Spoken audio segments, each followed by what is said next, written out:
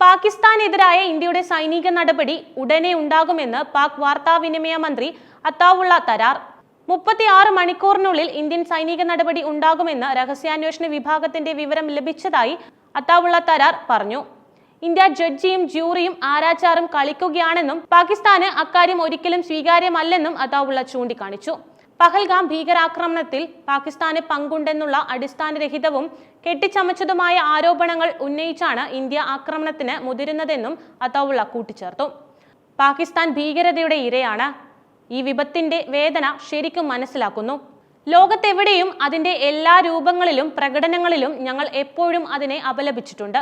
സത്യാവസ്ഥ കണ്ടെത്തുന്നതിന് നിഷ്പക്ഷമായ ഒരു വിദഗ്ധ സമിതിയുടെ സത്യസന്ധവും സുതാര്യവും സ്വതന്ത്രവുമായ അന്വേഷണത്തിന് ഉത്തരവാദിത്വമുള്ള ഒരു രാഷ്ട്രമെന്ന നിലയിൽ പാകിസ്ഥാൻ സന്നദ്ധത പ്രകടിപ്പിച്ചിരുന്നുവെന്നും മന്ത്രി കൂട്ടിച്ചേർത്തു.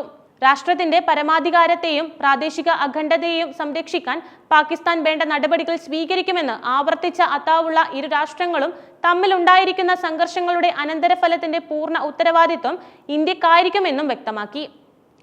ഇന്ത്യയുടെ തിരിച്ചടി ഭയന്ന് കുടുംബാംഗങ്ങളെ സുരക്ഷിതമാക്കുന്ന തിരക്കിലാണ് പാകിസ്ഥാൻ മന്ത്രിമാർ. ബങ്കറുകളും സുരക്ഷാ ഉദ്യോഗസ്ഥരും ഇതിനായി ഒരുങ്ങിക്കഴിഞ്ഞു. അതേസമയം പാകിസ്ഥാന് തിരിച്ചടി നൽകാൻ സൈന്യത്തിന് പൂർണ്ണ സ്വാതന്ത്ര്യം നൽകിയിരിക്കുകയാണ് പ്രധാനമന്ത്രി. ലക്ഷ്യവും സമയവും രീതിയും കരസേനയ്ക്ക് തീരുമാനിക്കാം. പ്രധാനമന്ത്രിയുടെ വസതിയിൽ ചേർന്ന ഉന്നതതല യോഗത്തിലായിരുന്നു തീരുമാനം. ഭീകരതയ്ക്ക് കനത്ത പ്രഹരം ഏൽപ്പിക്കുക എന്നത് നമ്മുടെ ദൃഢനിശ്ചയമാണെന്നും ഇന്ത്യൻ സൈന്യത്തിൽ തനിക്ക് പൂർണ്ണ വിശ്വാസമുണ്ടെന്നും പ്രധാനമന്ത്രി വ്യക്തമാക്കി. അതിർത്തിയിൽ പാകിസ്ഥാൻ തുടരുന്ന പ്രകോപനവും ഇന്ത്യൻ സേന നടത്തിയ തയ്യാറെടുപ്പും സേനാ മേധാവിമാർ പ്രധാനമന്ത്രിയെ ബോധ്യപ്പെടുത്തിയിട്ടുണ്ട്. യോഗത്തിന് പിന്നാലെ പ്രധാനമന്ത്രിയുടെ വസതിയിലേക്ക് ആഭ്യന്തരമന്ത്രി അമിത്ഷായും എത്തി. RSS തലവൻ മോഹൻ ഭഗവതും പ്രധാനമന്ത്രിയുമായി കൂടിക്കാഴ്ച നടത്തിയിരുന്നു.